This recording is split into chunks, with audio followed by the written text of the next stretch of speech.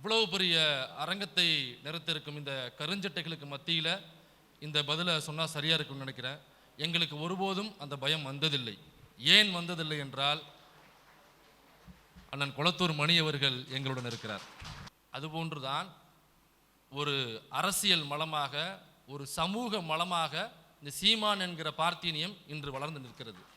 அவர் பயாலஜிக்கலாக பிறக்கலை, அவருக்கு ஒரு 56 இன்ச்சு அவருக்கு மார்பளவு.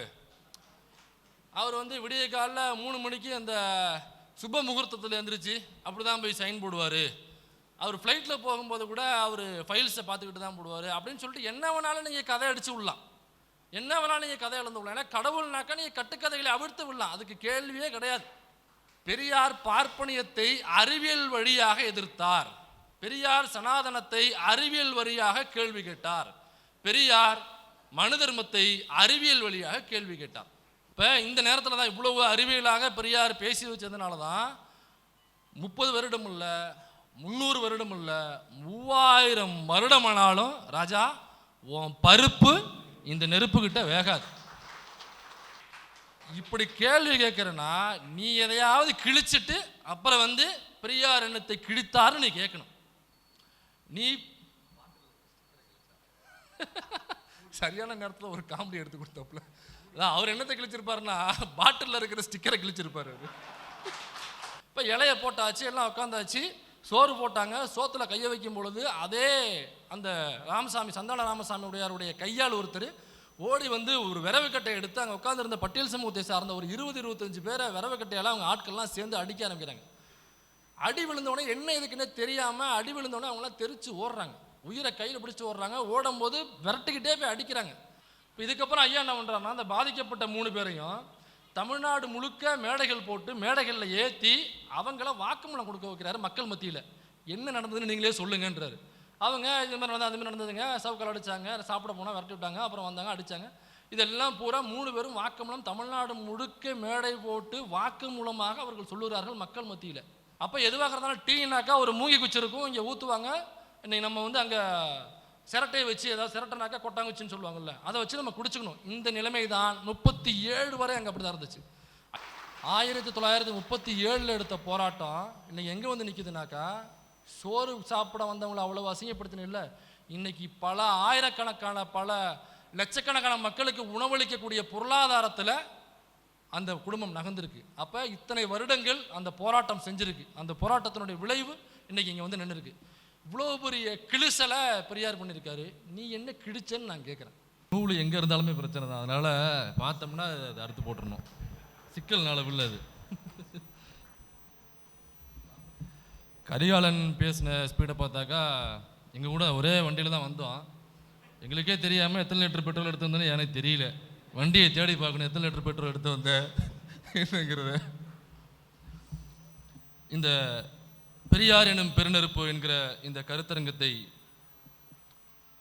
கருத்தரங்கத்திற்கு தலைமை தாங்கியிருக்கும் தோழர் ராம இளங்கோவன் அவர்களுக்கும், சிறப்புரை வழங்க காத்திருக்கும் திராவிடர் விடுதலை கழக தலைவர் எங்களது மரியாதைக்குரிய அண்ணன் கொளத்தூர் மணி அவர்களுக்கும், சிறப்புரை ஆற்றி அமர்ந்திருக்கிற மூத்த ஊடகவியலாளர் மில்டன் அவர்களுக்கும்,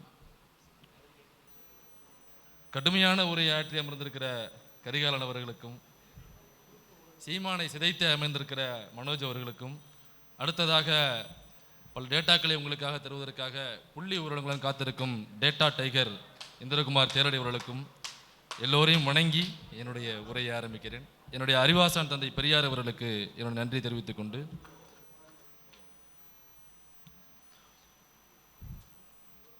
எல்லாரும் எங்ககிட்ட கேட்குறது என்னன்னாக்கா, நீங்கள் இவ்வளவு நக்கல் நையாண்டி அப்படிங்கிறத தாண்டி இந்த சங்கிகளையும் ஜாம்பிகளையும் இந்த அளவுக்கு பேசுகிறீங்களே, உங்களுக்கு மிரட்டல் வராதா, கொலை மிரட்டல் வராதா, உங்களுக்கு பயம் இருக்காதா அப்படின்னு கேட்பாங்க. எல்லார்ட்டையுமே அந்த கேள்வி நாங்கள் எல்லாருமே அதை அணுகியிருக்கோம். அந்த கேள்வி வரும்பொழுது நாங்கள் ஒரு புன்னகையை மட்டும் பதிலாக அழைச்சிட்டு அகந்துடுறது. ஆனால் அதற்கான பதிலை இவ்வளவு பெரிய அரங்கத்தை நிறைத்திருக்கும் இந்த கருஞ்சட்டைகளுக்கு மத்தியில் இந்த பதிலை சொன்னால் சரியாக இருக்கும்னு நினைக்கிறேன். எங்களுக்கு ஒருபோதும் அந்த பயம் வந்ததில்லை. ஏன் வந்ததில்லை என்றால், அண்ணன் குளத்தூர் மணி அவர்கள் எங்களுடன் இருக்கிறார். அண்ணன் பார்க்குறாரு, போகிற வரல என்னை கோத்துட்டு போகிற நீ.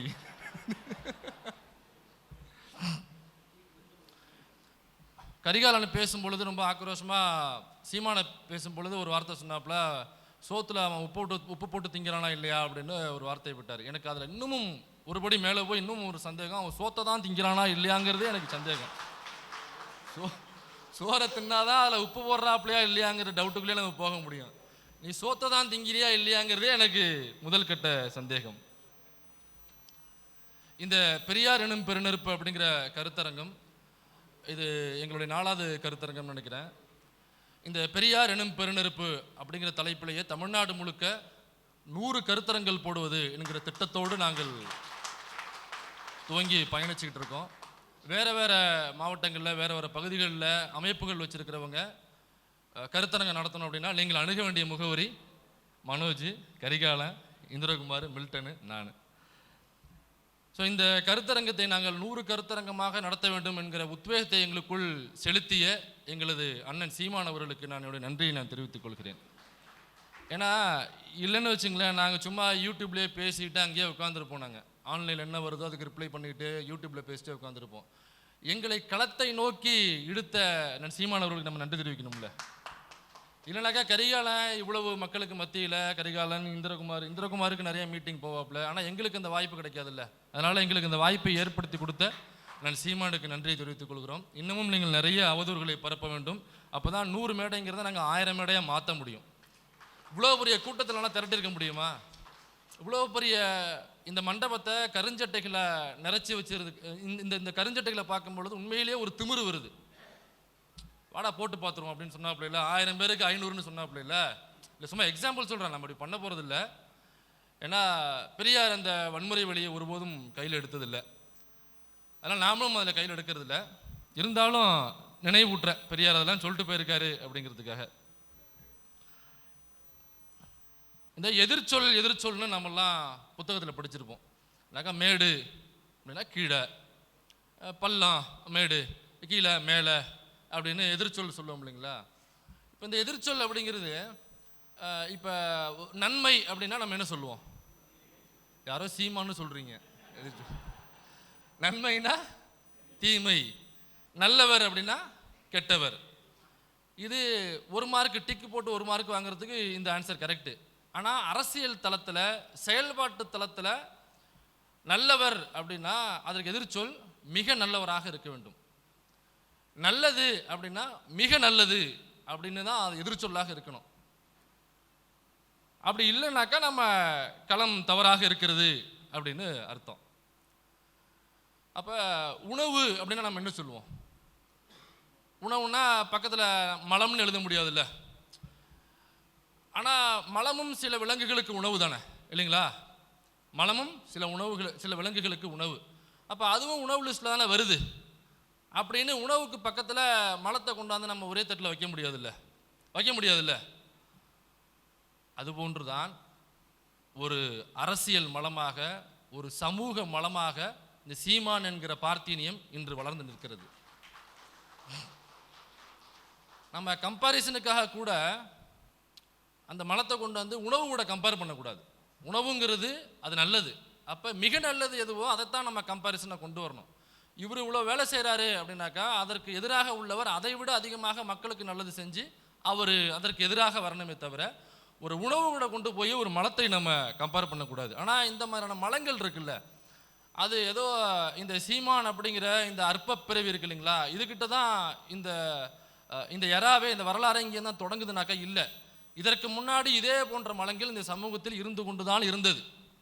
அப்போ இது போன்ற மலங்களை நான் சொல்கிறது, இது போன்ற அரசியல் மலங்களை, இது போன்ற சமூக மலங்களை இந்த சமூகத்திலிருந்து, இந்த அரசியலிலிருந்து அப்புறப்படுத்துவது தான் இந்த பெரியார் எனும் பெருநெருப்பினுடைய நோக்கம். இந்த பார்ப்பனியத்துக்கு ஒரு குயுக்தி இருக்கும். என்னன்னாக்கா ஒரு 3 வழியில் நம்மளை சாக்க பார்ப்பாங்க. ஒன்று நம்மளை எதிர்த்து நின்று சாக்க பார்ப்பாங்க, முடியலனாக்கா உறவாடி சாக்க பார்ப்பாங்க, அதுவும் இல்லைனாக்கா காட்டி கொடுத்து சாக்க பார்ப்பானுங்க. அதனால் பார்ப்பானுங்க. ஆனால் டெஃபினிஷனாக அண்ணன் கொடுத்துருக்காப்புல. சமமாக பார்ப்பான், அதனால் அவன் பார்ப்பான் அப்படின்னு சொல்லியிருக்காரு. அதனால் முதல்ல எதிர்த்து நின்று அழிக்க பார்ப்பான், அப்புறம் உறவாடி அழிக்க பார்ப்பான், அப்புறம் காட்டி கொடுத்து அழிக்க பார்ப்பான். இதுக்கு ரொம்ப எக்ஸாம்பிள் சொல்லணும்னாக்கா புத்தரை நம்ம கையில் எடுத்துக்கலாம். ஏதோ இந்த பார்ப்பனிய எதிர்ப்பு, சனாதன மனுதர்ம வர்ணாசிரம் எதிர்ப்பு அப்படிங்கிறது பெரியார் தான் ஆரம்பித்தாரா அப்படின்னாக்கா இல்லை. பெரியாருக்கு முன்னாடியும் இருந்திருக்கிறது, பெரியாருக்கு பின்பும் அது இருந்திருக்கிறது. இப்போ பெரியாருக்கு முன்பும் நமக்கு அறிவு கேட்டின வரைக்கும் பார்த்தோம்னாக்கா புத்தர்கிட்ட போகலாம். புத்தர் ஒரு பார்ப்பனிய எதிர்ப்பாளர். பார்ப்பனிய எதிர்ப்பில் தான் கௌதம சித்தார்த்தர் புத்தராக மாறுறாரு. இந்த பார்ப்பனிய எதிர்ப்பில் தான் ராமலிங்க அடிகளார் என்னவா மாறுறாரு, வள்ளலாராக மாறுறார். அப்போ பெரியாருக்கு முன்பும் பார்ப்பனிய எதிர்ப்பு அப்படிங்கிறது இங்கே இருந்திருக்கு. நீங்கள் புத்தரை பார்த்தோம்னா மொட்டை அடிச்சிருப்பார். ஏன் மொட்டை அடிச்சிருக்கிறாரு? அடிக்கடி போய் முடி வெட்டணும், செலவாகுது அப்படிங்கிறதுக்காகவா? இப்போ பார்ப்பனியம் வந்து இந்த பார்ப்பனர்கள், வடநாட்டு பார்ப்பனர்கள் பார்த்தீங்கன்னா குடுமி வச்சுருப்பானுங்க, பார்த்துருக்கீங்களா?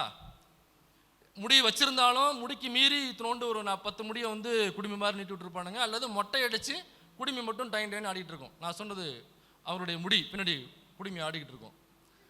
அப்போ உள்ள காலகட்டம் என்னன்னாக்கா, இந்த ஜாதியை சேர்ந்தவர்கள் முன்னாடி மட்டும் முடி வைக்கணும், இந்த ஜாதியை சேர்ந்தவர்கள் பின்னாடி மட்டும் முடி வைக்கணும், இந்த ஜாதியை சேர்ந்தவர்கள் இவ்வளவு அங்குலம் தான் முடி வைக்க வேண்டும், பார்ப்பனர்கள் மட்டும்தான் குடிமை வைக்க வேண்டும் அப்படின்னு அந்த மசரில் வரைக்கும் அவனுடைய ஜாதியை வச்சுருந்தானுங்க. நீங்கள் நம்ம முடிவெட்டுறதுக்கு கடைக்கு போவோம், அங்கே போயிட்டு ஒரு கூட முடியை கொட்டி விட்டு இதில் எந்த மசர் உன் ஜாதி மசர்னு பாடுற அப்படின்னு எடுத்து காமிச்சிருவாங்களா? இவ்வளோ மசர் இருக்கு, எல்லா ஜாதிக்காரனும் வந்து முடி விட்டுறாங்க, இந்த மசரில் உன் ஜாதி மசர் எடுத்து காமிடா, இல்லை ஜாதியிலேருந்து வந்து வெட்டின மசர் எடுத்து காமிடா அப்படின்னு சொன்னாங்க. எடுத்து காமிக்க முடியுமா? இதைத்தான் புத்தர் ரொம்ப சிம்பிளாக பண்ணாப்புல. முடியிலேயே இவ்வளவு ஜாதி வச்சிருக்கேன்னு தான் தன்னுடைய பார்ப்பனை எதிர்ப்பாக மொட்டை போட்டுக்கிட்டாரு. நீ சொல்கிறது மாதிரி நான் முடி வைக்கணுமா, நீ சொல்கிறது மாதிரி தான் நான் முடியை வளர்க்கணும், வெட்டணும், முன்னாடி வைக்கணும், பின்னாடி வைக்கணும்னாக்கா அந்த ஜாதி மசுரை நீ மசுரில் தான் வைப்பினாக்கா அந்த மசுரை நான் எடுப்பேன்டான்னு சொல்லிட்டு தான் இந்த பார்ப்பனை எதிர்ப்பாக மொட்டை அடித்தார் புத்தர். அப்போ முடியிலே இவ்வளோ பார்த்துருக்காருன்னா, இவ்வளோ வேலை பார்த்துருக்காருன்னா மற்ற விஷயங்கள் எவ்வளோ வேலை பார்த்துருப்பார் பார்ப்பனை எதிர்ப்பில். ஏன்னா பௌத்தம்ங்கிற ஒரு மதமே பார்ப்பனியத்துக்கு எதிராக தோன்றிய மதம் தான் இங்கே.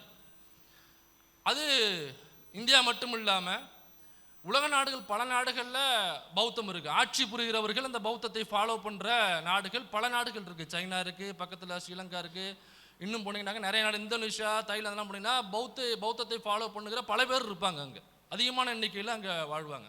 இப்போ பௌத்தம் இந்தியாவை தாண்டி பல நாடுகளில் பரவிச்சு. ஆனால் பௌத்தத்தினுடைய அடிநாதம் என்ன, பேஸ்மெண்ட் என்னன்னாக்கா பார்ப்பனிய எதிர்ப்பில் தான் பௌத்தம் அப்படிங்கிறது ஆரம்பிக்குது. இப்போ பார்ப்பனிய எதிர்ப்பில் ஆரம்பித்த பௌத்தம் ஏன் ஒரு இன அழிப்புக்கு ஆதாரமாக போய் நின்றுச்சு? தமிழர்களை கொன்றொழித்த ஈழத்தில் அவ்வளோ பெரிய இன அழிப்புக்கு எதிராக அந்த பௌத்தம் என்கிற மதத்தை தாங்கியவர்கள், பௌத்தத்தை படித்தவர்கள், அந்த பௌத்த பிக்குகளே அதற்கு ஆதரவாக நின்றாங்களே. பௌத்தம் என்பது பார்ப்பனியத்துக்கு எதிராக தோன்றியதுங்கிறது அந்த பேசிக்கான ஒரு விக்கிபீடியா இன்ஃபர்மேஷன் கூடவா தெரியாமல் இருப்பாங்க? அப்போ எங்கேயோ ஒரு இடத்துல தவறு நடந்திருக்குல்ல. இப்போ ராமலிங்க அடிகளால் வள்ளலாராக மாறுறாருனாக்கா பார்ப்பனிய எதிர்ப்பில், சனாதன எதிர்ப்பில் தான் ராமலிங்க அடிகளார் வள்ளலாராக மாறுறாரு. அப்போ புத்தர், வள்ளலார் போன்ற மகான்கள்லாம் இங்கே தோன்றி அவ்வளோ பெரிய ஒரு கூட்டத்தை திரட்டி பார்ப்பனியத்துக்கு எதிராக இவ்வளோ பெரிய வேலைகளை பார்த்து பௌத்தம் என்கிற ஒரு மதத்தையே உண்டாக்கி அந்த பௌத்தம் உலக நாடுகள் முழுக்க பரவி இருக்கு. ஆனாலும் பார்ப்பனியம் கொடி கட்டி பறக்குதே. அந்த பார்ப்பனியத்தை ஃபாலோ பண்ணுற பார்ப்பானே எப்படி புத்தரை தூக்கி பிடிக்கிறான்? நான் சொல்கிறது பார்ப்பனியத்தை ஃபாலோ பண்ணக்கூடிய பார்ப்பான் புத்தரை தூக்கி பிடிக்கிறானே, புத்தருடைய சிலையை வீட்டில் வச்சுக்கிறானே. வள்ளலாருக்கு பட்ட போட்டு நம்ம RSS ரவி அவர் ஒரு சனாதன ஆதரவாளர்னு சொல்ல முடியுது. ஆனால் ஏன் இந்த வேலைகளை பெரியாருக்கு அவங்களால செய்ய முடியல? அவங்க செஞ்ச அதே வேலையை தானே இவரும் செஞ்சார், பார்ப்பனை எதிர்ப்பு தானே செஞ்சார். அப்போ அங்கே செஞ்ச அதே வேலையை ஏன் இங்கே செய்ய முடியல? இங்கே தான் நம்ம கவனிக்க வேண்டும் தோழர்களே.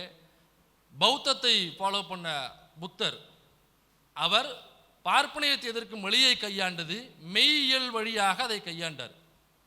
சொல்ல போனோம்னாக்கா ஆன்மீகம், ஒரு ஆன்மீகம் வழியாக, ஒரு மெய்யியல் வழியாக அதை அட்டன் பண்ணார். பார்ப்பனியத்துக்கு எதிரான மனநிலையை, சித்தாந்தத்தை உண்டாக்கி அதற்கு ஒரு பெருந்திரளான கூட்டத்தை உருவாக்கினார். வள்ளலாரும் அப்படிதான் மெய்யியல் அப்படிங்கிற வழியில் ஒரு பார்ப்பனியத்தை எதிர்த்தார். அந்த மெய்யியலை தாண்டி அவங்க வேற இடத்துக்கு போகலை. அப்போ இந்த மெய்யியல்னு இருக்குது பார்த்தீங்களா, அதுலேருந்து நீங்கள் பார்ப்பனியத்தை எதிர்த்தீங்கன்னா அந்த பார்ப்பனியம் அந்த மெய்யியலை வெகு சுலபமாக மென்று செரித்து கக்கிடும். அது அப்படித்தான் பௌத்தத்தை கக்கியது. அத்தனை வருட கால பாரம்பரியம் உள்ள பௌத்த மதம் எப்படி பார்ப்பனியத்துக்கு எதிராக தொடங்கப்பட்டது, இன்னைக்கு பார்ப்பனியம் பக்கத்திலேயே போய் எப்படி நிற்கிது. அப்போ இதை நாகார்ஜுனா அப்படிங்கிற ஒரு பாப்பான் தான் இந்த வேலையை பார்க்குறான். இந்த ஹீனயானம் மகாயானம் மனோஜ் சொல்லியிருப்பாரு, நீங்கள் கேட்டிருப்பீங்க, நம்மளுக்குமே அது தெரியும். ஹீனயானம் மகாயானம். ஹீனயானம் அப்படிங்கிறது பௌத்தரை சித்தாந்தத்தின் வழி ஏற்றுக்கொள்வது. அவர் பார்ப்பனை எதிர்ப்பாளராக இந்த கொள்கைகளை கொண்டு வந்தார், அவர் ஒரு பார்ப்பனை எதிர்ப்பாளர் என்கிற சித்தாந்தத்தின் வழி பௌத்தரை அணுகுவது ஹீனயானம். மகாயானம்னா மகானா பெருசு, பெருவெளி சிறுவெளின்னு சொல்லுவாங்க. ஹீனயானம் என்பது சிறுவெளி, இது மகாயானம்னாக்கா பெருவெளி. மகாயானம்னா ஒன்றும் இல்லை, ரொம்ப சிம்பிள் தான். பௌத்தரை கடவுளாக்குறது தான் மகாயானம். அதை நாகார்ஜுனா என்கிற பாப்பான் பண்ணான். அப்போ நீங்கள் பௌத்தரை கடவுளாக்கிட்டீங்கன்னாக்கா நீ ஈஸியாக கதையை கட்டி விட்டுறலாம். அவர் பயாலஜிக்கலாக பிறக்கலை, அவருக்கு ஒரு 56 இன்ச்சு அவருக்கு மார்பளவு, அவர் விடிய காலில் 3 மணிக்கு அந்த சுப முகூர்த்தத்தில் எழுந்திரிச்சு அப்படி தான் போய் சைன் போடுவார், அவர் ஃப்ளைட்டில் போகும்போது கூட அவர் ஃபைல்ஸை பார்த்துக்கிட்டு தான் போடுவார் அப்படின்னு சொல்லிட்டு என்ன வேணாலும் நீங்கள் கதை அடித்து விடலாம், என்ன வேணாலும் நீங்கள் கதை எழுந்து விடலாம். ஏன்னா கடவுள்னாக்கா நீங்கள் கட்டுக்கதைகளை அவிழ்த்து விடலாம், அதுக்கு கேள்வியே கிடையாது, கேள்வி கேட்பாரே கிடையாது, அது அக்செப்ட் பண்ணிட்டு நீங்கள் போக வேண்டியதுதான். அப்போ அந்த மகாயானம் அப்படிங்கிறது உருவாக்கி கௌதம புத்தரை கடவுளாக்குனாங்க. கடவுளாக்கி அவர் விஷ்ணுனுடைய அவதாரம், அவர் பெரிய செவரு, அவர் பெரிய கவரு, அவர் மலையை அப்படியே கையாள தூக்குனாரு, கடலை சுருட்டி பாக்கெட்டுக்குள்ள வச்சுக்கிட்டாரு, இப்படி பல கதைகள் அவுத்து விடுறது. இப்படித்தான் மெய்யியல் வழியாக பார்ப்பனியத்தை எதிர்த்த புத்தரை இந்த பார்ப்பனியம் மென்னு செரித்தது. இதே மாதிரி தான் வள்ளலார் கிட்டையும் சேம் ஃபார்முலா தான். அப்போ பெரியார் இந்த இடத்துல எங்கே தப்பிச்சார்? அப்போ புத்தரும் வள்ளலார் போன்ற மெய்யியலாக பார்ப்பனியத்தை எதிர்த்த அவர்கள் எந்த இடத்தை விட்டுட்டு போனாங்களோ அந்த இடத்த தலைவன் போய் நிரப்பினாப்புல. அது என்ன இடம்னா வேற ஒன்றும் இல்லை, அறிவியல். ரொம்ப சிம்பிள். பெரியார் பார்ப்பனியத்தை அறிவியல் வழியாக எதிர்த்தார், பெரியார் சனாதனத்தை அறிவியல் வழியாக கேள்வி கேட்டார், பெரியார் மனு தர்மத்தை அறிவியல் வழியாக கேள்வி கேட்டார். நீங்க இந்த மெய்யியல் கோட்பாட்டு வழியாக பார்ப்பனியத்தை எதிர்க்கிறாங்கல்ல, இந்த மெய்யியல் கோட்பாடு அப்படிங்கிறது உலகம் முழுக்க இருக்கு. எல்லா நாட்டிலையுமே கடவுள்கள் இருக்கும், அந்த ஒவ்வொரு கடவுளுக்கும் வெவ்வேறு கதைகள் சொல்லுவாங்க. நீங்க அங்க போனீங்கன்னா இயேசுநாதருக்கு அங்க ஒரு கதை சொல்லுவான், இங்க வந்தீங்கன்னாக்க இயேசுநாதருக்கு கொஞ்சம் வித்தியாசப்படுத்தி வேற மாதிரி லைட்டா உருட்டி இங்க ஒரு கதை சொல்லுவாங்க. ஸோ எல்லா நாடுகளிலுமே கடவுள்கள் இருக்கும், கடவுள்களுக்கான கதைகள் வெவ்வேறாக இருக்கும், அதுதான் மெய்யியல். ஆனா அறிவியல் என்பது அப்படி அல்ல. அறிவியல்னாக்கா ஒன்று தான், உலகம் முழுக்க அறிவியல் என்பது ஒன்று தான், எங்கே போனாலும் ஒன்று தான். நீங்கள் நிரூபிக்கணும், LHS is equal to RHS hence ப்ரூவ்டுன்னு நிரூபித்தா மட்டும்தான் அது அறிவியல். அப்போ நீங்கள் A+B² அப்படின்னு ஒரு ஃபார்முலா போட்டிங்கனாக்கா உலகம் முழுக்க அந்த ஃபார்முலா ஒன்று தான், A² + B² + 2AB. இது உலகம் முழுக்க நீங்கள் இந்த ஃபார்முலாவுக்கு இதை விரிவாக்கி எழுதினா தான் உங்களுக்கு 2 மார்க்கே தவிர இல்லை எங்கள் நாட்டில் அது வேறு மாதிரி நாங்கள் எழுதுவோம், A²/B², அப்புறம் அதுக்கு பை போட்டு நாங்கள் 2 போட்டு ஏபியை தூக்கி பக்கத்தில் போட்டுருவோம் ஆனந்த பவன் பக்கத்தில் அப்படின்னு நம்ம போட முடியாது. இந்த A+B² சொன்னோடனே நம்ம ஜி ஞாபகத்தை வராரு. நீங்கள் எல்லாம் பார்த்துருக்கீங்களா ஞாபகம் எனக்கு தெரியல. நீங்கள் வேணா அதான் இளைய தலைமுறைலாம் தலையாட்டுது, மூத்த தலைமுறைலாம் தலையாட்டல. நீங்கள் யூடியூப்பில் போயிட்டு Narendra Modi A+B formula comedy அப்படின்னு போடுங்க, அந்த வீடியோ உங்களுக்கு கிடைக்கும். இந்த A+B² ஃபார்முலாவை நம்ம ஜி மாணவர்களுக்கு சொல்லிக் கொடுக்குறாப்புல. A+B² இஸ் ஈக்குவல் டு, அது இஸ் ஈக்குவல் டு தான்,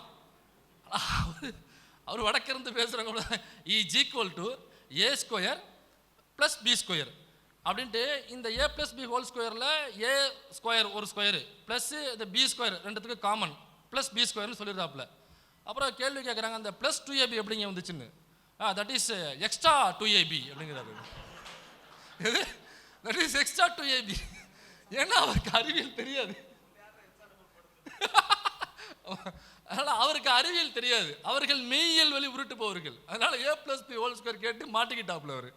அதனால் நம்ம தந்தை பெரியார் அவர்கள் அறிவியல் வழியாக பார்ப்பனியத்தை எதிர்த்ததுனால தான் இந்த பார்ப்பனர்களால், இந்த பார்ப்பனியத்தால் பெரியாரை விழுங்க முடியவில்லை. இப்போ இந்த நேரத்தில் தான் இவ்வளவு அறிவியலாக பெரியார் பேசி வச்சதுனால தான் 30 வருடம் இல்லை, 300 வருடம் இல்லை, 3000 வருடம் ஆனாலும் ராஜா உன் பருப்பு இந்த நெருப்புக்கிட்ட வேகாது.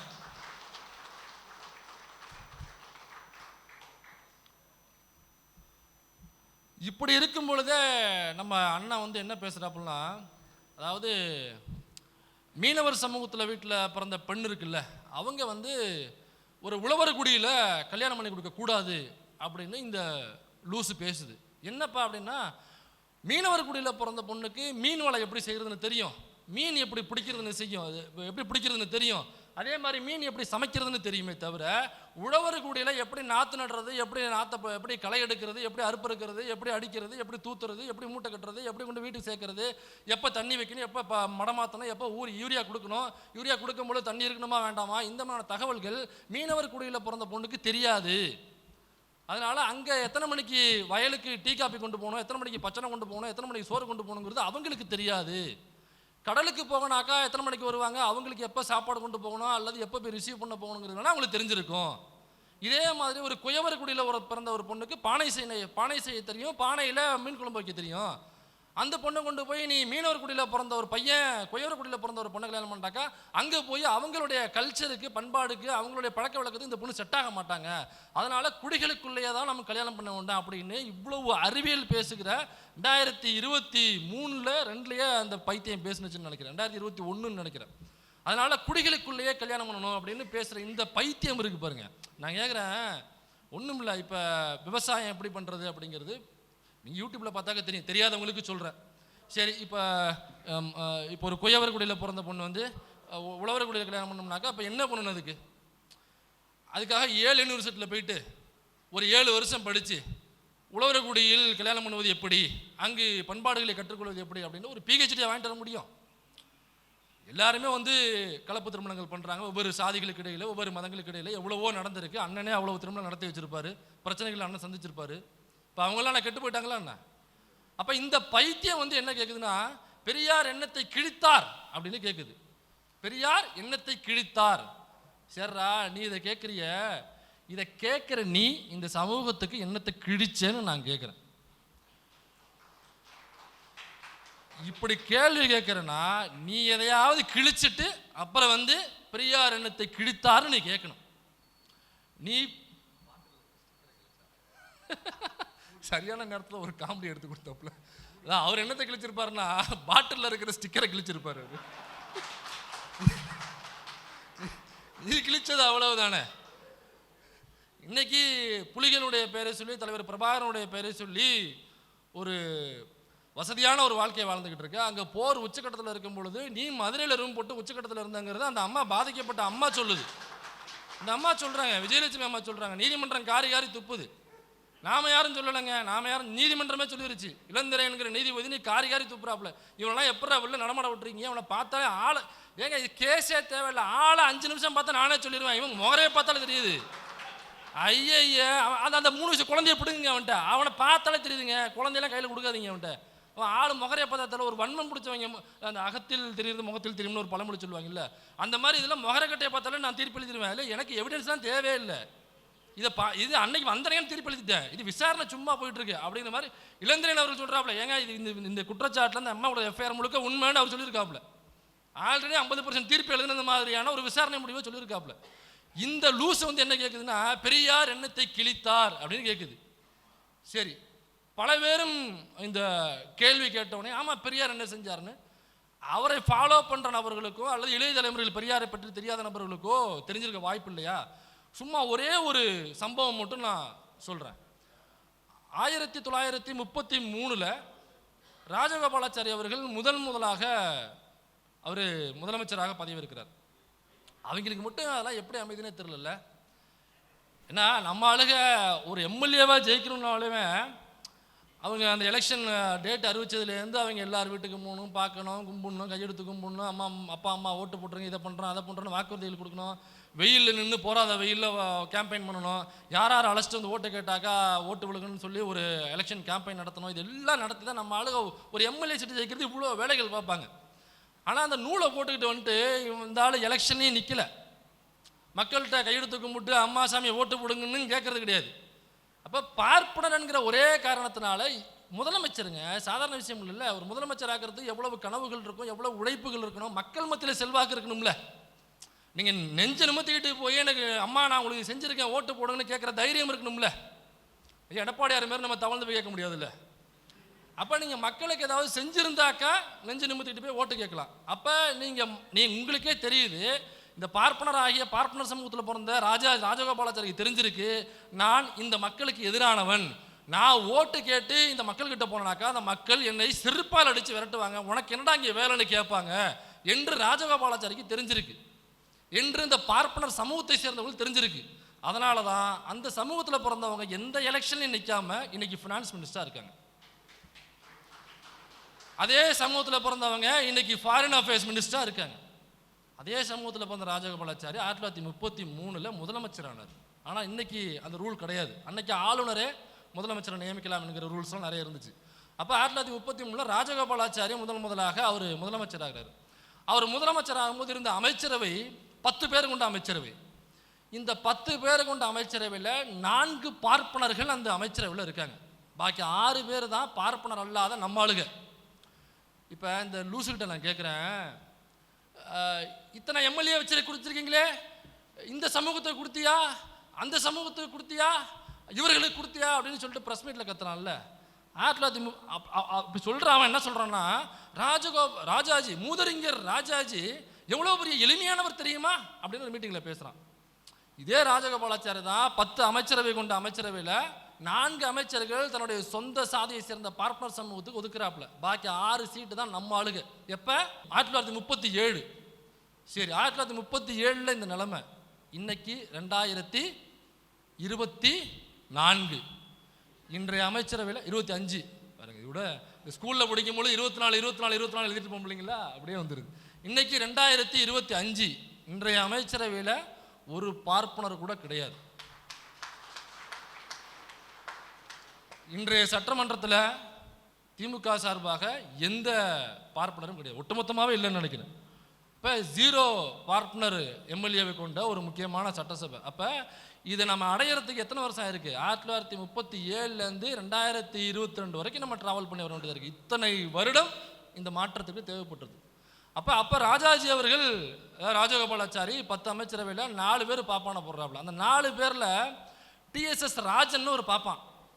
அந்த பாப்பா யாருனாக்கா, அப்போ எல்லாம் குற்றச்சாட்டு சுமத்துறாங்க. ஏங்க, அந்த டிஎஸ்எஸ் ராஜன் ஏற்கனவே ஊழல் குற்றச்சாட்டு பண்ணியிருக்கான். பல திருட்டு வேலைகள், பல மல்லமாரி வேலைகள், பல முடிச்சவைக்கு வேலைகள், இவ்வளோ வேலைகளை பார்த்துருக்கான். இது குற்றச்சாட்டாக உங்கள்கிட்ட சொல்கிறோம். ராஜகோபாலாச்சாரி ஆகி நீங்களே அதை விசாரிச்சுட்டு, ஆமாம் நீங்கள் சொல்கிறதெல்லாம் உண்மைதான், இவன் அந்த வேலைகள்லாம் பார்த்துருக்கான், இவன் பயங்கரமான திருட்டு போயிலாக இருக்கான், நான் நினச்சதை விட என்னையை விட பயங்கரமான திருட்டு போயிலாக இருக்கான், அதனால் ஒரு உரையில் ஒரு பாப்பான் தான் இருக்கணும், 2 பாப்பா இருக்கக்கூடாது. ஒரு உரையில் ஒரு திருட்டு தான் இருக்க முடியும், அதுக்கப்புறம் 2 திருட்டு போய் இருக்க முடியும், என்னை விட பயங்கரமான மல்ல மாதிரி போயிலாக இருக்கான் என்று சொல்லி அவரை கட்சி நடவடிக்கை எடுத்து கட்சியை விட்டு விலக்கி வைக்கிறார். யார்? அதே ராஜகோபாலாச்சாரி இந்த நடவடிக்கையில் விசாரித்து நடவடிக்கை எடுத்து அந்த டிஎஸ்எஸ் ராஜனை ஒதுக்கி வைக்கிறாப்புல. திரும்ப ஜெயிச்சு வந்ததுக்கு அப்புறம் அந்த 10 பேரில் 4 பேர் பாப்பான்னு சொன்னோம்ல, அதில் ஒரு ஆள் டிஎஸ்எஸ் ராஜன் என்கிற அந்த குற்றச்சாட்டு நிரூபிக்கப்பட்டு ராஜகோபாலாச்சாரியில் தண்டிக்கப்பட்ட அந்த திருட்டு பாப்பான திரும்ப அமைச்சரவையில் முக்கியமான பொறுப்பு கொடுத்து உட்கார வைக்கிறாப்புல. இப்போல்லாம் நம்மளெல்லாம் கேட்குறாங்க, என்னங்க நீங்கள் தான் சொன்னீங்க ஏதோ ஊழல் வந்துட்டாக்கா நாடே கவுந்து போயிடும் அப்படி அப்படின்னு சொல்லி சங்கர் படம் மாதிரி பேசிட்டு இருந்தீங்களே, இன்னைக்கு ஊழல் செஞ்ச உங்கள் ஆலயத்துக்கு உள்ள உட்கார வைக்கிறீங்களே. இல்லை, இந்த தமிழ்நாட்டிற்கு இந்த அமைச்சரவைக்கு அவருடைய பங்களிப்பு ரொம்ப முக்கியம். அது இந்த திருட்டுத்தனம் மொல்லமாரித்தனம் முடிச்சவைக்கு தனம் பண்ணா பார்த்தீங்களா, அவனுடைய பங்களிப்பு இவருக்கு ரொம்ப முக்கியமா, இல்லைன்னா சமூகம் கெட்டு போயிடும் அப்படிங்கிறார். உண்மைதான் அவர் சொன்னது. ஒரு வகையில் அவர் சொன்ன சமூகம் எதுனாக்கா அவர் சமூகத்தை சொல்கிறாப்புல, உகராஜனே சமூகம் கெட்டு போயிடும்பா அப்படின்னு அவர் சமூகத்தை சொல்லியிருக்காப்புல. இந்த 1937 நீடாமங்கலம் அப்படின்னு தஞ்சாவூர் பக்கத்தில் ஒரு ஊர் இருக்குது. மெய்யழகன் ஒரு படம் வந்திருக்கலாம், பார்த்துருப்பீங்க. அந்த படத்தில் நீடாமங்கலம்ங்கிற பேரை காமிப்பாங்க. அந்த படம் முழுக்க அந்த ஊரில் எடுக்கப்பட்ட படம் அது. அந்த நீடாமங்கலத்தில் 1937 ஒரு சம்பவம் நடக்குது. என்னன்னாக்கா, அங்கே காங்கிரஸ் கமிட்டி கூடி அங்கே ஒரு மாநாடு போடணும் அப்படின்னு முடிவு பண்ணுறாங்க. அங்கே உள்ள பெருந்தலைகள்லாம் ஒன்று கூடி அந்த மாநாட்டை நீடாமங்கலத்தில் நடத்துகிறார்கள்.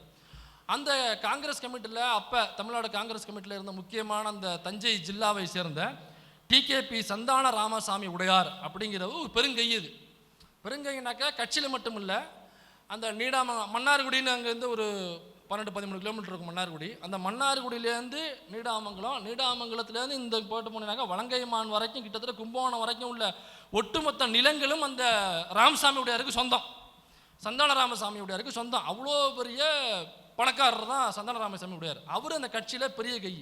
அப்போ ஒன்று கூடி மாநாடு நடத்தலாம். எங்கே நடத்தலாம்னாக்கா அவர் வீட்டு வாசல்லையே ஒரு பெரிய இடம் இருக்குது, அங்கே இதே மாதிரி ஒரு பெரிய ஒரு கூட்டத்தை கூட்டி கூரை போட்டு அந்த மாநாட்டை அங்கேயே நடத்திடலாம் அப்படின்னு முடிவு பண்ணுறாங்க. இந்த ராமசாமி உடையார் யாருன்னாக்கா இங்கே உள்ள பட்டேல், அந்த இறந்து போயிட்டார் பார்த்தீங்களா, அந்த இரும்பு மனிதர் இருக்கார்ல, அவர் வந்து தமிழ்நாட்டுக்கு வந்தார் அப்படின்னா அவர் ராமசாமி உடையார் வீட்டில் தான் போய் தங்குவாப்புல. அப்புறம் இந்த பெரியவான்னு சொல்லிட்டு சுற்றிட்டு இருக்கும் பார்த்தீங்களா, அந்த குத்துக்கால் போட்டுக்கிட்டு, அது இங்கிட்டு போகுது அங்கிட்டு வருது அப்படின்னாக்கா அது வரும்போது போகும்போது ராமசாமி உடையார் வீட்டில் தான் போய் தங்குவா. அப்படி அந்த காஞ்சி பெரியவா இந்த இவங்கெல்லாம் இருக்காங்களா அந்த கும்பல், அவங்கெல்லாம் அவங்க வீட்டில் தான் போய் தங்குவாங்க. அவ்வளோ பெரிய பணக்காரர் அவர். ஒரு யானையை சொந்தமாக வளர்த்தார் அப்படின்னா பார்த்துங்களேன். அப்போ அவர் தான் அந்த மாநாட்டுக்கு முன்னின்று நடத்துறேன்னு சொல்லிட்டு எல்லா செலவையும் பண்ணுறாரு. அதில் காங்கிரஸ் கமிட்டியில் என்ன கோரிக்கை வைக்கிறாங்கனாக்கா சமபந்தி போஜனமும் நடத்த வேண்டும் அப்படின்னு ஒரு முடிவு பண்ணுறாங்க.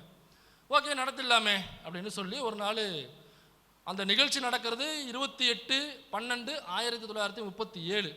அந்த நிகழ்ச்சி நடக்கிறதுக்கு 2-3 நாளைக்கு முன்னாடியே ஊர் முழுக்க அந்த ஏரியா முழுக்க போய் முரசரைஞ்சி தப்பு கொட்டி வந்து இந்த மாதிரி நடக்க போது சமபந்தி போஜனம், எல்லா ஜாதியை சேர்ந்தவர்களும் யார் வேணாலும் வரலாம், எல்லாம் சமமாக உட்காந்து சாப்பிட்லாம், எந்த ஒடுக்குமுறையும் தீண்டாமல் இங்கே இருக்காது. அப்புறம் நெல் சோறு போடுறாங்க அப்படிங்கிற தகவல் கொடுக்குறாங்க. நெல் சோறுங்கிறது அப்போ பெரிய விஷயம். உடனே என்ன பண்ணுறாங்க, இந்த சமபந்தி போஜனத்துக்கு போகிறாங்க. அப்போ அங்கே முன்னாடி அந்த ஆற்றுல நிரம்பி தண்ணி ஓடுது. அப்போ சமபந்தி போஜனத்துக்கு போகிறாங்க. மாநாடு முடியுது, வந்து சொல்கிறாங்க, அப்போ எல்லோரும் வாங்க சமபந்தி போஜனம் ஆரம்பிச்சாச்சு, உட்காந்து சாப்பிட்லான்னு நெல் சோறு சாப்பிட்லான்ட்டு ஆசையில் எல்லாம் வந்துட்டாங்க. பெரும்பாலும் பட்டியல் சமூகத்தை சார்ந்தவர்கள். பட்டியல் சமூகத்திலையும் இந்த டெல்டா மாவட்டத்தில் பார்த்தீங்கன்னாக்கா தேவேந்திர குல வேளாளர் என்று சொல்லப்படுது பல்லர் சமூகம் தான் மெஜாரிட்டியான பட்டியல் சமூகமாக இருப்பாங்க. அப்போ எல்லாரும் உணவு வந்ததுக்காக அந்த வெயிட் பண்ணுறாங்க.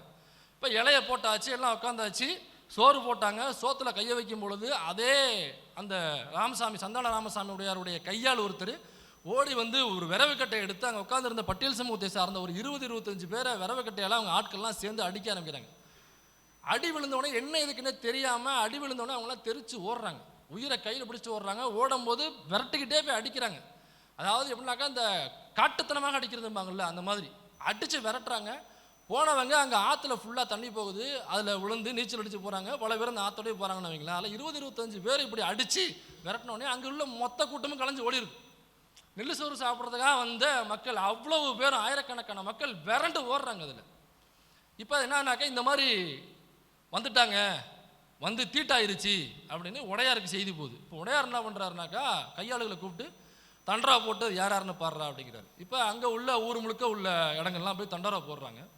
அப்போ நீடாமங்கலத்து பக்கத்தில் அனுமந்தபுரம் அப்படின்னு ஒரு ஊர், அங்கேயும் உடையாருடைய நிலம் தான். அங்கே மேற்பார்வை பார்க்குறது ஒரு ஐயர், ஒரு கிருஷ்ணா ஐயர்னு நினைக்கிறேன், எனக்கு பேர் சரியாக நினைவில். ஒரு ஐயர் ஒருத்தர் தான் அங்கே மேற்பார்வை பார்க்குறாரு. இப்போ பார்க்கும் பொழுது தண்டரா போட்டு நேற்று வேலை செஞ்சவங்க யாராவது சாப்பிட போனீங்களா அப்படின்னு சொன்னோடனே ஒரு 3 பேர் ஐயா நாங்கள் தாங்க ஐயா போனோம் அப்படின்னு சொல்லிட்டு கை தூக்குறாங்க.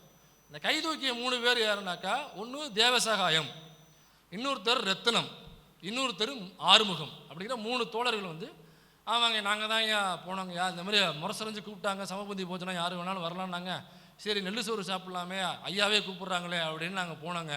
போன இடத்துல இந்த மாதிரி அடிக்க ஆரம்பிச்சிட்டாங்க, நாங்கள் ஓடி வந்துட்டாங்க அப்படின்னு சொல்லி முடிக்கிறதுக்குள்ளே அந்த ஐயர் என்ன பண்ணுறான், அண்ணா பேஷண்ட் இருக்கான் பார்த்துட்டு இருக்க நீ என்ன தலையாரி அந்த கையில் வச்சுருக்க கம்பால 4 சாத்துறா அப்படின்னு இவர் உத்தரவு போடுறாரு. உத்தரவு போட்டவொடனே அந்த தலையார் என்ன பண்ணுறாரு, அவ்வளோ பெரிய தடியம்பு வச்சுக்கிட்டு அந்த 3 பேரையும் கம்பால மட்டார்னு உயிர் போகிற அளவுக்கு காட்டுத்தனமாக அடிக்கிறாரு. வலி தாங்க முடியாமல் வயல்லேருந்து எழுந்துச்சு ஓடுறாங்க வெளியில். இப்போ ஐயர் என்ன பண்ணுறாப்புல சுற்றி இருக்கிற அடியாட்களுக்கு ஆணை பிறப்பிக்கிறாரு, அவனை பிடிச்ச கொண்டாந்து இந்த மரத்தில் கட்டுக்கிட்டானாக்கா, எந்த மரம், விளாமரம் கொஞ்சம் முள்ளாக இருக்கும் உங்களுக்கு தெரியும்னு நினைக்கிறேன், விளாமரத்தில் பிடிச்சி கொண்டாந்து கட்டுக்கணும் அப்படிங்கிறாரு. இவங்க ஓடினவங்களே திரும்ப இவங்க போய் சேஸ் பண்ணி அடித்து தரன்னு இழுத்து கொண்டாந்து அந்த விளாமரத்தில் கட்டி வச்சு இருக்க கட்டிட்டாங்க. 3 பேரையும் கட்டி சவுக்கடி விழுகுது 3 பேருக்கும். சவுக்கடி மட்டும் இல்லாமல் சாணிப்பால் ஊற்றுறாங்க. சாணிப்பால்னா இந்த சங்கிகளுடைய டிஃபன் மெட்டீரியல் இருக்குல்ல, அதை எடுத்து போட்டு தண்ணியை ஊற்றி நல்லா கரைச்சி ஃபில்டர் பண்ணிடுவாங்க, அந்த ஜூஸ் மட்டும் இருக்கும். இப்போ அந்த சாணிப்பாலை வாயில் ஊற்றணும் 3 பேருக்கும். இந்த சாணிப்பாலில் என்ன சிக்கல்னாக்கா சில சமயம் உசுறு கூட போயிடும். அப்படி சாணிப்பால் ஊற்றி உசுறு போனவங்களாம் இருக்காங்க. இப்போ 3 பேருக்கும் சவுக்கொடி முடிஞ்சதுக்கப்புறம் சாணிப்பால் சம்பிரதாயம் நடக்குது. 3 பேரையும் வலுக்கட்டாமல் பிடிச்சி வச்சு வாயை பிளந்து விட்டு ஒரு புனலை வாயில் வச்சு முழுக்க சாணிப்பாலை 3 பேருக்கு ஊற்றுறாங்க. இப்போ ஊற்றி அந்த கரும்புள்ளி செம்புலாம் குத்தி சாயங்காலம் சடங்கு முடிஞ்சு வீட்டுக்கு அனுப்பிச்சிடுறாங்க. இவங்க அந்த தோழர்களை போய் வீட்டில் போய் தூங்கிட்டாங்க. மறுநாள் காலையில் விடியுது. இப்போ விடிஞ்சோனையே ஐயர் வீட்டுக்கு ஐயருடைய அடியாட்கள் 3 பேர் விறுவிறுன்னு வேகமாக ஓடுறானுங்க. வேகமாக ஓடி போய் ஐயருக்கு அதில் ஏதோ சொல்கிறாங்க. ஐயர் என்ன பண்ணுறாப்புல, அவங்க அதில் ஏதோ சொல்லணுன்னே அவங்க திரும்ப ஓடுறாங்க. எங்கே ஓடுறாங்கனாக்கா அந்த அடி வாங்கின 3 பேர் இருக்காங்களா, சாணிப்பால் குடித்தவங்க, அவங்க வீட்டுக்கு ஓடுறாங்க. போய் ஐயா இந்த மாதிரி உங்களை கூப்பிட்டு வர சொன்னார். உடனே அவங்க உடனே கிளம்பி வந்துடுறாங்க. அவங்க 3 பேரும் கையோடையே ஐயர் வீட்டுக்கு வர்றாங்க. ஐயர் என்ன பண்ணுறாப்புல, வா உன்னை பெரியவா கூப்பிட்டா அப்படின்னு சொல்லிட்டு உடையார் வீட்டுக்கு கூப்பிட்டு வர்றாங்க.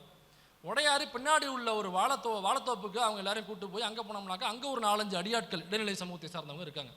இப்போ இவங்கெல்லாம் கூடி நின்று யாராவது வந்து கேட்டாக்கா தான் அந்த ஒரு காமெடி வரும்ல, அடித்து கேட்பாங்க, அப்பையும் சொல்லக்கூடாது அப்படிம்பாங்கல்ல, அந்த மாதிரி யாராவது உங்ககிட்ட வந்து போலீஸோ அல்லது அரசு சர்க்கார் உத்தியோகத்தில் இருக்கிறவங்களோ அல்லது இந்த பேப்பரில் வேலை செய்கிறேன் அந்த பேப்பரில் வேலை செய்கிறேன்னு ஏதாவது வந்து உங்கள்கிட்ட கேட்டாக்கா, ஐயா எனக்கு எதுவும் தெரியாதுங்க, ஐயா எனக்கு எதுவும் தெரியாதுங்க, ஐயா எனக்கு எதுவும் தெரியாதுங்க அப்படின்னு மட்டும்தான் சொல்லணும். அப்படின்னு சொல்லி ஒரு 10 ரூபா காசை கொடுத்து 3 பேரும் போகும்போது கல் குடிச்சிட்டு வீட்டில் போய் தூங்குங்க அப்படின்னு அனுப்பிச்சிடுறாப்புல. இவங்களும் வாங்கிட்டு போயிடுறாங்க. இப்போ என்ன நடந்திருக்குன்னா, மறுநாள் காலையில் விடுதலையில் பிரிண்ட் ஆகி வருது, இந்த மாதிரி நீடாமங்கலம் பக்கத்தில் அனுமந்தரம்புரம் இடத்துல இந்த மாதிரி நடந்திருக்குன்னு இந்த தகவலை முழுக்க செய்தியை ஐயா போட்டுறாரு விடுதலையில். இது பிரசுரமாய் வந்தோடனே காலையில் படிச்சுட்டு தான் அவங்க ஓடி வந்து ஐயர்கிட்ட சொல்லியிருக்காங்க. ஐயர் போய் இவ்வளோ அலமளப்போ அதுக்கப்புறம் தான் நடந்திருக்கு.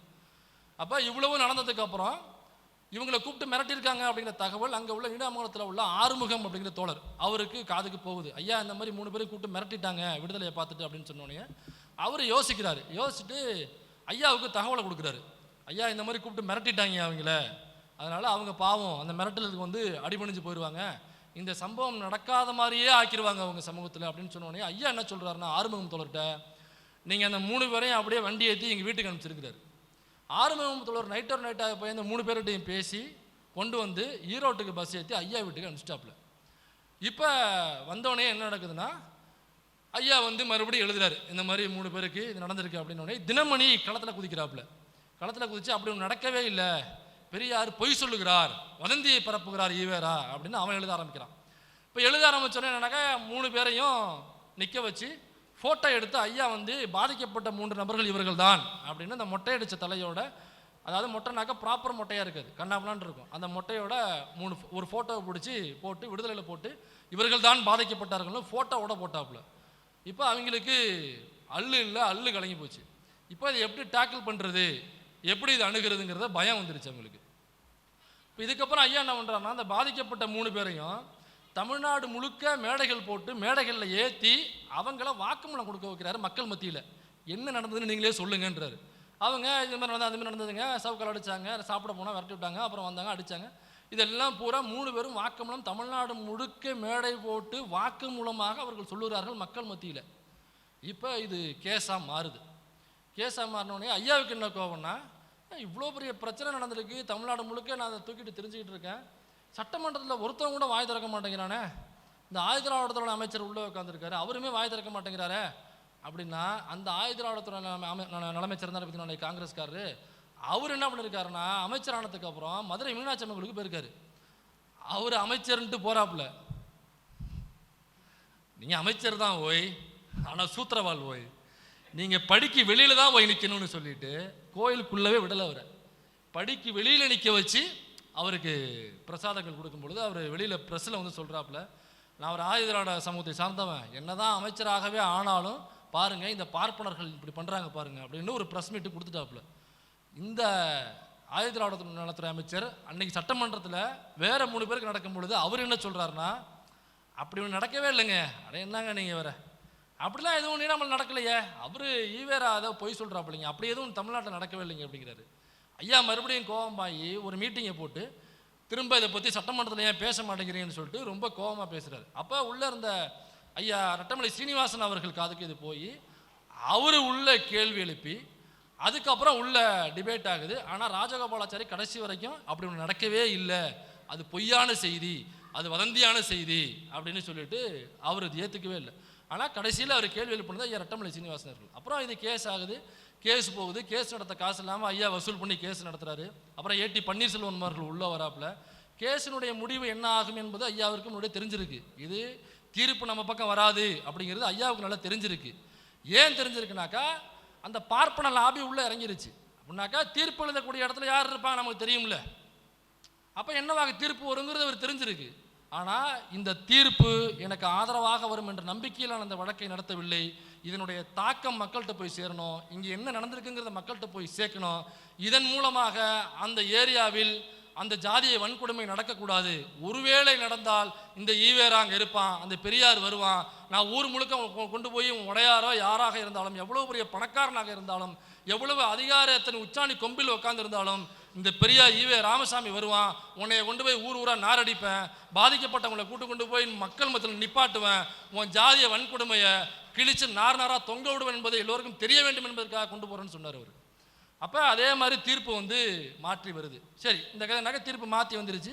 அதுக்கப்புறம் நீடாமங்கலத்தில் ஒரு மீட்டிங் போட்டு ஐயா பேசுகிறாப்புல, இப்படி பாதிக்கப்பட்ட எல்லோரும் எத்தனை நாளைக்கு தான் அந்த கொடுமையை அனுபவிக்க போறீங்க, இந்த ஜாதிய வன்கொடுமைகள் நடக்காத ஒரு மதத்திற்கு நீங்கள் மாற வேண்டும் அப்படின்னு சொல்லிட்டு அவர் கோரிக்கை விடுக்கிறார்.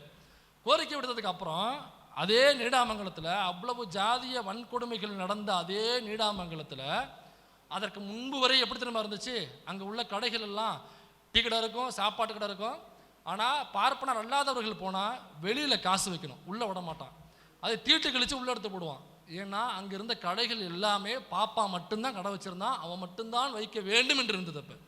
அப்போ எதுவாக இருந்தாலும் டீனாக்கா ஒரு மூங்கி குச்சி இருக்கும், இங்கே ஊற்றுவாங்க. இன்னைக்கு நம்ம அங்கே சிரட்டையை வச்சு ஏதாவது சிரட்டைனாக்கா கொட்டாங்குச்சின்னு சொல்லுவாங்கல்ல, அதை வச்சு நம்ம குடிச்சுக்கணும். இந்த நிலைமை தான் 37 வரை அங்கே அப்படி தான் இருந்துச்சு. ஐயா மீட்டிங் போட்டதுக்கு அப்புறம் அங்கே உள்ள தோழர்கள் மத்தியில் ஒரு எழுச்சி வருது. ஐயா ஆறுமுகம் அவர்கள் திரும்ப ஒரு படையை திரட்டி அங்கே உள்ள கடைகளுடைய பெயர்கள் மாற்றப்படுது, அங்கே உள்ள கடைகளுடைய ஓனர்கள் மாற்றப்படுகிறார்கள், அங்கே உள்ள கடைகளுடைய பெயர்கள் சமத்துவ டீ கடை என்று மாறுகிறது. அவ்வளவு பெரிய ஜாதிய வன்கொடுமை நடந்த மண்ணில் டீ கடை சமத்துவ டீ கடை, சமநீதி உணவு விடுதி, எல்லாம் ஓனர் மாறுறான். பாப்பா இல்லாத நம்மாலும் ஓனராக வர்றான். கடைகள் முழுக்க ஈவேரா சிற்றுண்டி இப்படியெல்லாம் பேர்கள் மாறுது. அப்போ யார் வேணாலும் வரலாம், சாப்பிடலாம், காசு கொடுக்கலாம், நீ விடுக போயிட்டே இருக்கலாம் என்கிற அந்த சுதந்திரமே அவர்களுக்கு ஐயா நடத்திய போராட்டத்திற்கு பிறகுதான் நடந்தது. இதெல்லாம் உனக்கு எப்பறம் தெரியும்னு கேட்குறீங்களா? அந்த நீடாமங்கலத்துலேருந்து ஒரு 10 கிலோமீட்டரில் தான் என் வீடு இருக்குது.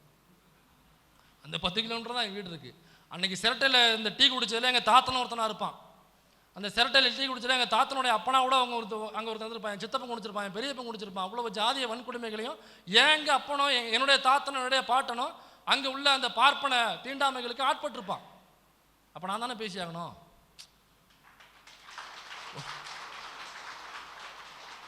என்னங்க ஒருத்தன் கதையாக அளந்து விடுறான், கேட்டாக்கா ஒன்று எங்கள் தலைவர் சொல்லணும், இல்லை நான் சொல்லணும். எங்கள் தலைவர் இல்லை நான் சொல்கிறேன் அப்படின்னாக்கா 1000 பேர் உட்காந்து கை தட்டுறான். உண்மையிலே நடந்ததுன்னு நம்ம சொல்கிறோம்.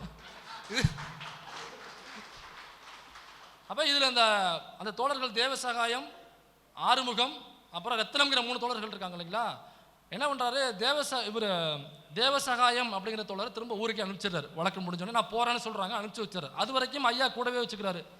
அதுக்கப்புறம் அதில் ரத்னம்ங்கிற தோழரையும் அனுப்பிச்சிடுறாப்புல. இவங்க 2 பேரும் தேவேந்திர குல வேளாளர் என்று சொல்லப்படுகிற பல்லர் சமூகத்தை சார்ந்தவங்க. அங்கே பட்டியல் சமூகத்தில் மெஜாரிட்டியாக இருக்கக்கூடிய பட்டியல் சமூகம்.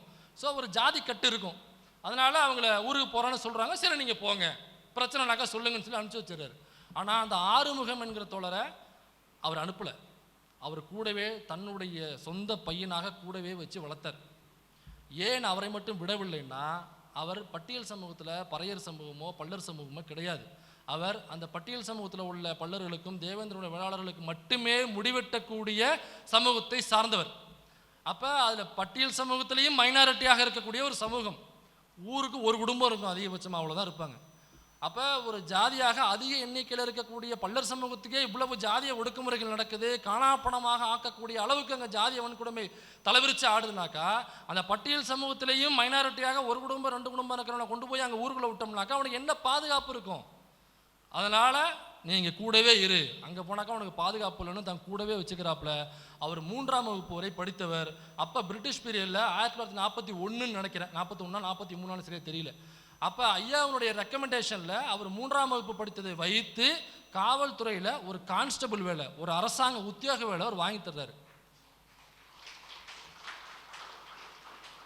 இதை நல்லா கவனிங்க. அவர் நினச்சிருந்தாருனாக்கா வேற ஏதோ ஒரு வேலை, ஒரு பியூன் வேலை அந்த மாதிரியான ஏதோ ஒரு வேலைகளை நகர்த்திருக்கலாம். ஏன் அவர் காவல்துறையில் உள்ள ஒரு வேலையை கொடுத்தாருன்னு தெரியுங்களா? அதுதான் அதிகாரம். இந்த ஒடுக்கப்பட்ட மக்களுடைய கையில் அதிகாரம் இருக்க வேண்டும். அந்த அதிகாரம் தான் அவர்களுக்கான பாதுகாப்பு. அது காக்கி சட்டையில் அந்த அதிகாரம் இருக்குனாக்கா அந்த காக்கி சட்டையை நாம் அணிய வேண்டும். அதனால் அவருக்கு குறைந்தபட்சமாக அந்த 3ஆம் வகுப்பு வைத்து அந்த அதிகாரத்தை அவர் கொடுக்க முடியும். அப்படிங்கிறதுனால அந்த கான்ஸ்டபிள் வேலையை அவர் கொடுக்குறாரு. அவருடைய இறுதி மூச்சு வரை அதுக்கப்புறம் சுயமரியாதை இயக்கத்தோடு பயணிக்கிறாரு. அதுக்கப்புறம் ஒரு கல்யாணம் நடக்குது, குடும்ப குட்டிகள் பேரம்பத்திகள் வர்றாங்க. அன்று 1937 அன்று ஒரு நெல்லு சோறுக்காக அங்கே கியூவில் நின்று சாப்பிட உட்காந்து அவ்வளவு அவமரியாதைகள் தீண்டாமைக்கு ஆட்பட்டு அவர் உயிரையே பறிக்கிற அளவுக்கான ஒரு சவுக்கடி சாணிப்பால் சம்பவம் நடந்த அந்த உடம்பு இருக்கு இல்லைங்களா, அந்த ஆறுமுகம் நபர் இருக்காருங்களா, அவருடைய வாரிசுகள் இன்னைக்கு என்னவாக இருக்கிறாங்கன்னு தெரியுமா? ஒரு பையன் அமெரிக்காவில் இருக்காப்புல. அவர் கல்யாணம் பண்ணிக்கிறது யார் தெரியுங்களா? அந்த பொண்ணு ஒரு ஐயங்கார் வீட்டு பொண்ணு. ஐயர் தானே அடித்தான். ஐயங்கார் வீட்டிலே பொண்ணு எடுக்கிறேன்டா. அந்த வாரிசு ஐயங்கார் வீட்டில் லவ் பண்ணி மேரேஜ். அவர் ஐடி கம்பெனியில் ஒர்க் பண்ணுறாரு, யூஎஸில் செட்டில்டு. இன்னொரு பையன் ஒரு முக்கியமான வங்கியில் மேனேஜராக இருக்காப்புல. அவர் கட்டியிருக்கிற ஜாதி வன்னியர் வீட்டில் பொண்ணோட லவ்வு. கல்யாணம் பண்ணிட்டாரு, எந்த தடையும் இல்லை, சீரும் சிறப்புமாக திருமணம் செய்து குடும்பத்தோடு மகிழ்ச்சியாக வாழ்ந்து கொண்டிருக்கிறார். அவங்க பொண்ணு அந்த வாரிசு. அடுத்தது ஒரு பெண், அவங்க பெங்களூரில் ஐடி கம்பெனியில் இருக்காங்க. அவங்களும் இன்டர்காஸ்ட் மேரேஜ் தான், வேற ஒரு சமூகத்தில் இன்டர்காஸ்ட் மேரேஜ் பண்ணி இவங்க 3 பேரும் வெவ்வேறு இடங்களில் பெரிய பொருளாதாரத்தோட பெரிய நபர்களோட பழக்கத்தோட இந்த ஜாதிய ஒடுக்குமுறைகள் தீண்டாமைகள் எதுவுமே இல்லாமல் இன்றைக்கு அந்த தலைமுறை வேற வேற இடங்கள்ல இருக்குனாக்கா அது பெரியார் அன்னைக்கு 1937 அந்த போராட்டத்தை எடுத்து ஆறுமுகத்தை தன்னுடன் வைத்திருந்த அவருக்கு 3ஆம் வகுப்பு என்கிற அந்த கல்வி தகுதியை வைத்து அந்த காவல்துறையில் ஒரு பணியை வாங்கி கொடுக்காம இருந்திருந்தா அந்த வாரிசு அந்த தலைமுறை என்னவாக ஆயிருக்கும்? அதே ஊரில் அந்த ஐயராலையோ அல்லது அந்த ரத்தனசாமி சந்தான ரத்தனசாமி உடையாராலையோ அந்த ஆறுமுகம் என்கிற நபர் அதற்கு பிறகு அந்த தலைமுறையே இல்லாமல் அந்த மண்ணோடு மண்ணாக சாம்பலாக அந்த ஆற்றுல கடத்தி விடப்பட்டிருப்பாங்க. அப்படி ஒரு ஆள் இருந்தாருங்கிற அடையாளமே தெரியாமல் ஆக்கியிருப்பாங்க. ஆனால் தந்தை பெரியார் தலையிட்டார். இன்று அந்த தலைமுறை எங்கெங்கோ இருக்கு. சென்னையில் 2 வீடு பெரிய பங்களா வீடாக கட்டியிருக்காங்க அவங்க. ஸோ இதை தான் பெரியார் இங்கு கிழிச்சது.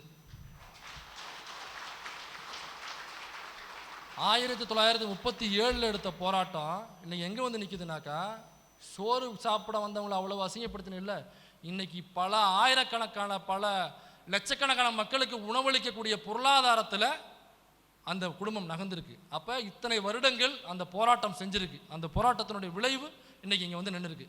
இவ்வளோ பெரிய கிழிசலை பெரியார் பண்ணியிருக்காரு. நீ என்ன கிழிச்சன்னு நான் கேட்குறேன். நீ எத்தனை ஆறுமுகத்துக்கு குரல் கொடுத்துருக்க, எத்தனை ரத்னத்துக்கு குரல் கொடுத்துருக்க, எத்தனை தேவசாகாயத்துக்கு நீ குரல் கொடுத்துருக்க? நீ எங்கே குரல் கொடுத்துருக்க? சரக்கை போட்டு மேடலை உட்காந்து குரல் கொடுப்போம். நல்லா போக தெளிகிற வரைக்கும் வாங்கன்னு கத்துவேன். நீ கொடுக்குற குரல் அவ்வளோதான். அதனால் பெரியார் என்ன கிழிச்சாருனாக்கா ஒரு சின்ன எக்ஸாம்பிள் தான் இது, ஒரே ஒரு. அப்போ இதே மாதிரி எத்தனை போராட்டங்களை அவர் முன்னெடுத்திருக்கிறாரு. அப்போ அவர் கிழிச்சதெல்லாம் என்னங்கிறது நமக்கு நல்லா தெரியும். அதனால் நேரம் கருதி அடுத்தடுத்து நிறைய பேச வேண்டியிருக்கிற காரணத்தினால் இத்துடன் என் உரையை முடித்துக் கொள்கிறேன். நன்றி, வணக்கம்.